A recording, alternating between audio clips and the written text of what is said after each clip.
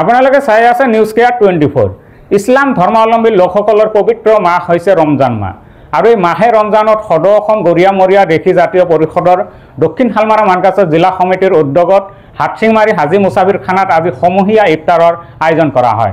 উক্ত সমূহীয়া ইফতাৰত দক্ষিণ শালমাৰা মানকাছাৰ জিলা প্ৰশাসন জিলা আৰক্ষী প্ৰশাসনৰ বিষয়ববীয়াসকলৰ লগতে দক্ষিণ শালমাৰা মানকাছাৰ জিলাৰ প্ৰায় 2 শতাধিক সচেতন ৰাইজ উপস্থিত থাকে। আজি আমাৰ এই দক্ষিণ শালমাৰা মানকাছাৰ জিলা গৰিয়ামৰীয়া দেশী জাতীয় পৰিষদৰ তৰফৰ পৰা আমি আজি এটা সমূহীয়া ইফতাৰ অনুষ্ঠানৰ আয়োজন কৰিছিলোঁ হাটচিংমাৰী হাজী মুছাফিৰ খানাত।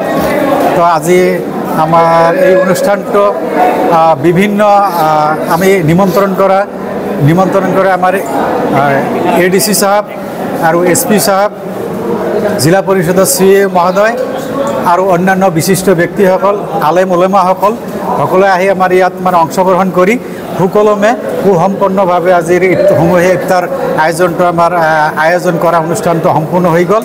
ইয়াতে আমি সকলোকে আমাৰ ইয়াত যিসকলে উদ্যোক্তা আছিল আমি মই সকলোকে ধন্যবাদ জনাইছোঁ এই সম্পৰ্কে।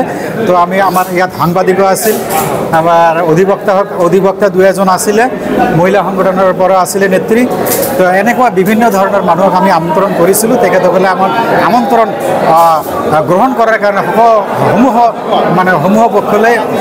সমূহ ব্যক্তিলৈ আমি অশেষ ধন্যবাদ আৰু কৃতজ্ঞতা জনালোঁ। নিউজ কেয়াৰ 24 সত্যৰ সন্ধানত অবিৰত যাত্ৰা।